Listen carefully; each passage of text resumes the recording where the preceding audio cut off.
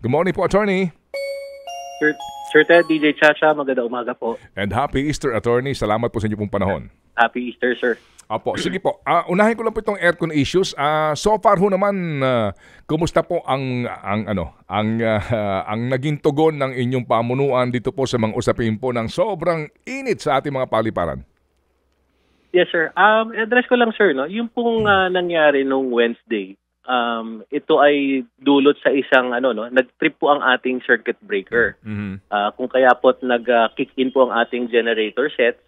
But like what we mentioned po, yung po ating generator sets, naka-primary load po ang ating basic services, no? So yung magmula check-in, baggage handling, yung pong air conditioning po, kumbaga hindi na po talaga siya kaya ng ating generator sets. And yun nga po, no, dahil nga po siya may na-detect na power surge ang ating system, not to mention yung mataas pong heat index, yun po ang naging dahilan, no, kung bakit nagkaroon tayo ng parang kumbaga po limited power supply noong Wednesday, kung kaya't po naging mainit po talaga ang ating Terminal 2. But after that, after that incident, talaga pong pinasilip na naman po ng ating GM. Nag-request po tayo ng extra cleaning. Ito pong ating findings po dito. We made recommendations ng ating generator set should have enough capacity na, no, to include sana pati itong fully functioning na air conditioning unit, sir. Within 3 hours po, when we were able to restore to normal supply, nagkaroon pa rin po ng time, no? It took about mga 30 minutes para to recover yung temperature na acceptable sa ating paliparan. But ongoing pa rin po yan, sir, no? Nagpapa-regular cleaning pa rin po tayo para kahit papano mas malamig-lamig pa rin po yung binubugan ng ating aircon. At patuloy pa rin na monitor po yan itong linggong ito po. Opo. Saan ho ba ang problematic na terminal natin sa lahat po ng ating mga terminal under MIAA in Metro Manila? Problematic sa ating air conditioning, sir? Opo. Well, sir, we have to consider also itong sa ating Terminal 2. May kalumaan na rin po yung ilang units natin dito. Pero meron po tayong mga nakasalang na rin po, no? Even before our time, nakasalang na rin po na maintenance at mga replacement po ng air handling units po dito. Sorry. At ito naman po ay isi-schedule na rin po natin, no? We will be scheduling itong maintenance ng aircon natin ito. Sana nga po matugunan natin ito, no? Lalo na itong parating na summer. And based on the Pag-asa forecast po ng mga heat index, talaga pa pong tataas ito. But we're also doing everything possible, no? Kung mapapansin niyo po, nagbaba po tayo ng blinds sa ating Terminal 2 para naman po talagang mabawasan yung direct sunlight. Opo, pero hindi ho ba, sir, itong maintenance na ito dapat ginagawa ito in anticipation itong dry season at kasi ngayon po, di ba, wala na kayong, medyo sandali sir, naguguluhan kasi ako kailan ba yung actual na takeover nitong ating consortium na mga ngasiwa po ng pag-aayos sa NAIA? Ito pong takeover nila, sir, is intended itong September po, this year po. Okay. Kapag ho ba ganyan na meron na hong papasok na mag-aayos ng paliparan, ngayon ba allowed pa kayo ng procurement? Kasi di ho ba natigil, dapat bibili kayo ng mga bagong upuan, hindi na ito natuloy? Tama po kayo, sir, no? Meron po tayong mga provision sa concession agreement na hindi kami pwedeng pumasok sa ilang mga kontrata, no? Na may mga condition po doon.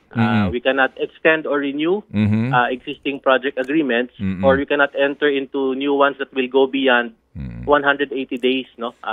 So kaya nga po yung ibang mga kontrata po natin, basta't lalagpas po ito dun sa turnover date, kailangan po nating repasuhin ito, no? Pero yung mga maintenance, sir, na kumbaga po na natupad, na kumpleto na po before ito pong turnover date, patuloy po nating gagampanan yan dahil hindi naman din po pwedeng intayin lang po natin yung turnover date at wala po tayong gagawing maintenance. Sa ating mga equipment po. Oo naman.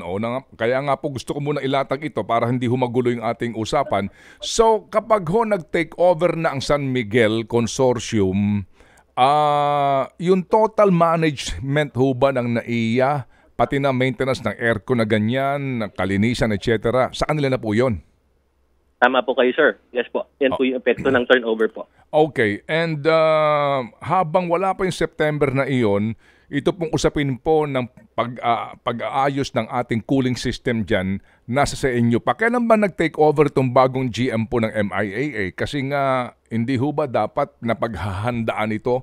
Hindi ngayon ka lang magpapalinis niya, nagmaayos. Kasi nga, alam mo na ang tag-init po paparating.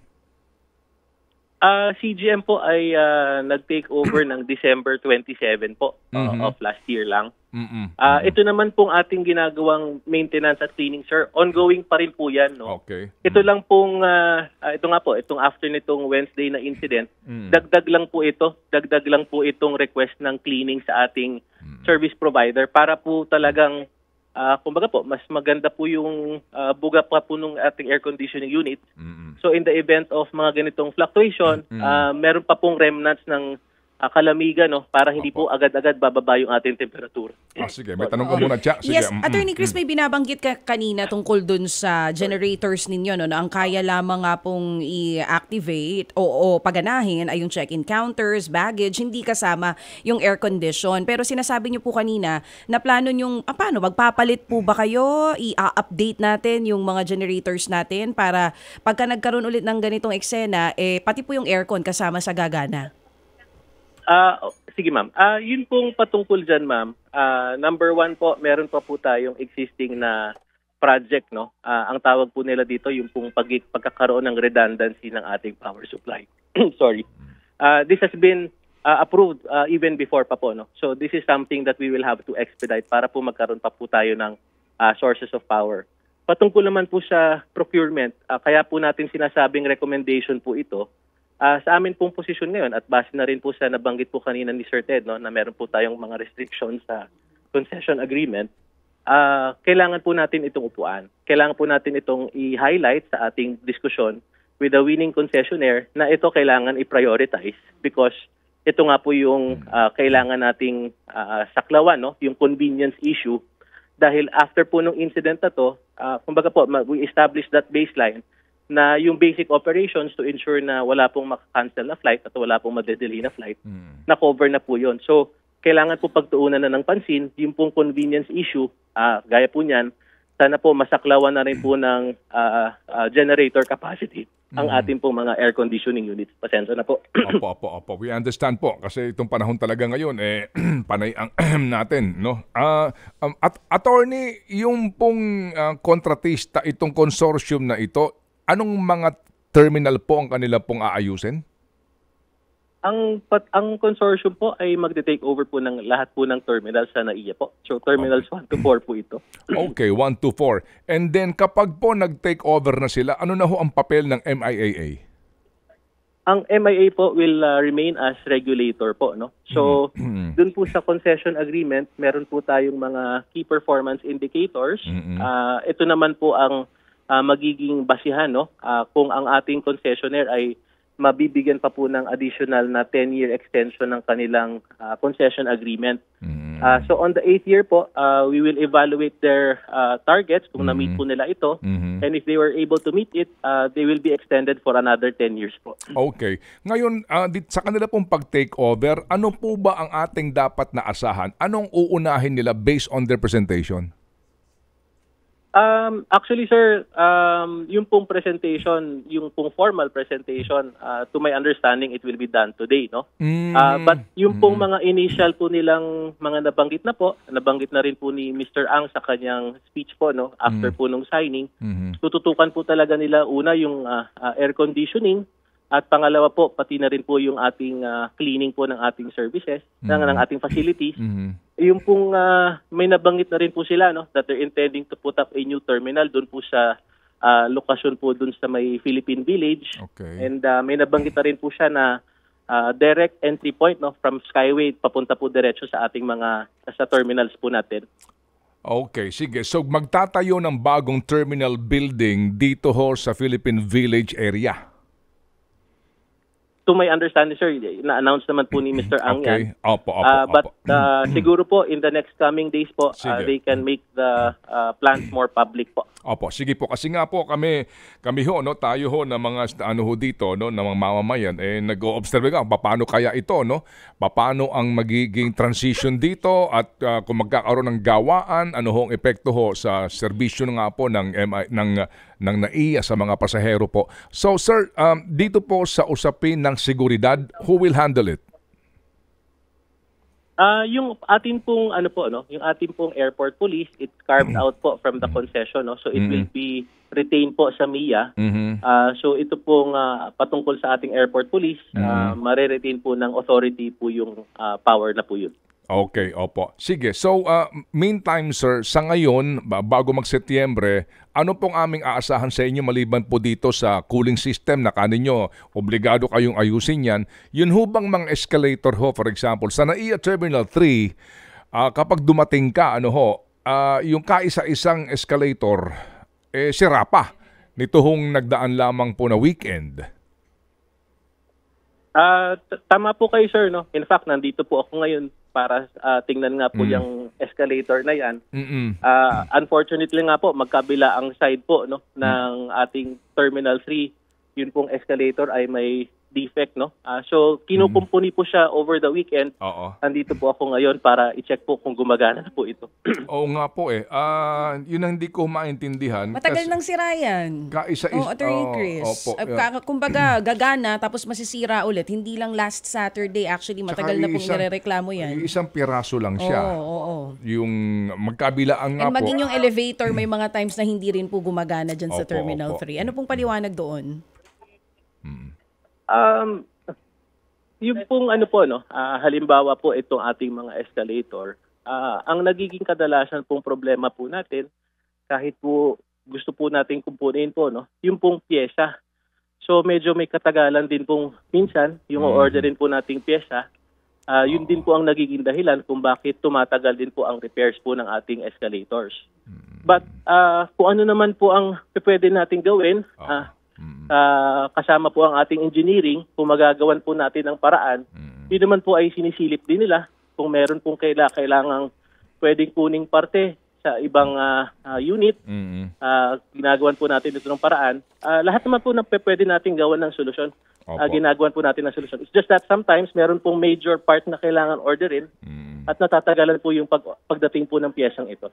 Opo. Sige po. Attorney, kamusta na po yung nangyaring nakawan ng wallet ng British National sa NAIA Terminal 1? Meron na ho kayong update, sir? Yes, sir. Meron na po tayong update. Nakita na rin po natin itong full incident report, no? Meron po tayong bagong AGM for Security and Emergency Services, si General Manny Sequitin. Meron na po siyang mga in-implement na panibagong mga measures, lalo na patungkol po sa areang to, no? Dahil yun nga po, nagiging parang opportunity pa lalo sa mga salisi itong x-ray natin kung saan kumbaga they take advantage po, no, kapag nagkukumpul yung mga tao at doon po sila nagkakaroon ng opportunity na magkaroon ng kumuha po, no, ng mga gamit. So kung mapapansin po ninyo ngayon, kapag dadaan po doon sa areang yon, nirarasyon na po ng security natin. So pagpapasok po, hanggang matapos po yung nagpapa-x-ray po, hindi po muna pwedeng sumunod yung nasa likod. At nang sa ganun po, maiwasan po yung pagkukumpul-kumpul na nagiging opportunity for salisi to take yung mga items po ng ating mga airport visitors po. Ano ang purpose nung x-ray machine na iyon doon sa NAIA Terminal 1? Tinanggal lang nga ito sa Terminal 3 at saka sa Terminal 2 na entrance na x-ray machine. Ito po yung entry, sir, no? Actually, I sent a picture a few weeks back. Ito po kasi ay entry point, papasok. May access, magkakaroon po kasi ng access papasok sa mga government offices. Hindi po ito papasok sa check-in area, no? Yung pong nabanggit ninyo na wala na pong x-ray po, no? Lahat po ng ating passengers can go directly sa ating terminal papasok ng check-in counter na wala pong x-ray na dadaanan, yung initial screening po na tinanggal na nga po. So ito po ay x-ray doon po sa gilid po kung saan may public access po. Bakit dumaan doon yung pasahero na British national at ang kanyang asawang Pilipina? Sa report po natanggap natin, sila po ay kakain po yata muna doon sa isang fast food sa tabi po ng ating paliparan. Kung kaya doon po muna sila nagpunta. Kaya nga lang po, doon nga po nagkaroon ng opportunity yung salisi, no? Opo. Identified na ho ba yung sindikato? Meron ho bang namukhaan dito? Meron, sir, no? In fact, I just received a report also. Meron po tayong na-apprehend a few days ago. I'll get the full report po. Patuloy po itong iniimbestigahan, pero meron pa po tayong na-apprehend po. Okay. Meron ba silang kasabwat na NAIA employee? Sa findings naman po ng ating security po, wala naman pong nakikitang sabuatan. Talaga pong they just take advantage po doon sa prosesong iyan. In fact po, inaaral din po natin yung process na yan, if it's possible to reposition or to realign the X-ray para nang sa ganun naman po ay hindi na magkaroon ng kumpulan, no, ng opportunity. But of course, we still have to protect the government offices sa loob ng ating paliparan. So, yun po ay inaaral pa rin po natin sa ngayon po. Nagkaroon na po ng arrest dito ngayon sa kasong ito? Well, ito pong na-apprehend itong a few days ago. It's still being investigated po, and we're comparing po, no, yung kumbaga po yung mga nakita pong CCTV nung incident sa British National, at we're comparing it now. We're investigating if we can identify or have a match po, no, ito sa present na arrest po natin. Ito pong apprehension na ito, ano ho ito? Ilan sila at babae ba ito, lalaki? Ang na-apprehend po ay lalaki. To my understanding po, nag-undergo po siya ng inquest proceedings the other day. I'll get more details po, Sir Ted, no? Please, para po kumpleto po yung detalye ko po sa inyo. Opo. And then, ano ho ito? Ang kaso, theft? Paano po? Anong kanilang kaso? Sa inquest, ano pong ikinaso? Again, Sir Ted, I'll get more details po kapag natanggap ko na po yung report po. Sige po, abangan po namin, attorney. And thank you, attorney, sa inyo pong update. Ito ay napaka-importante para malaman po ng ating mga kababayan na may ginagawa po ang MIA management dito po sa mga problemang kinakaharap po ng ating mga pasahero sa ating pong mga terminal, sir. Salamat po, Sir Ted. Just for your information, Sir Ted, yung escalator po sa kanan ng Terminal 3, fully functional naman po. Yung sa kaliwa po ay kinukumpuni pa po hanggang sa ngayon po. Kailan po naayos, sir, yung sa kanan? Sinilip ko to, sir, nung linggo. So, baka po kahapon na ayos na po ito. Ay, salamat po naman. Ano po? Salamat. Sige po. Naintindihan po namin kasi dati yan ang pinakabagong airport natin, Terminal 3. Naluma na rin, no? Kaya nasisira na rin po. Salamat po. Pati ho yung yung tawag ka rito, yung Vocalator. Hindi rin po gumagana. Hindi rin po gumagana, attorney. Ha? Sige po, sir. Iikutan ko po lahat ngayon para masigurado po nating gagawan po ng paraan ngayon po. Sige po. Salamat na marami, Attorney Chris. Sa inyo pong panahon sa aming pong programa. Thank you. Si Attorney Chris Bendijo, ang Head Executive Assistant po naman ng MIAA, and we appreciate nga po ang kanyang panahon na binibigay para po makapagpaliwanag. Ted Filon at DJ Chacha ngayon nasa Radyo 5 92.3 News FM Monday to Friday 6 to 10 a.m.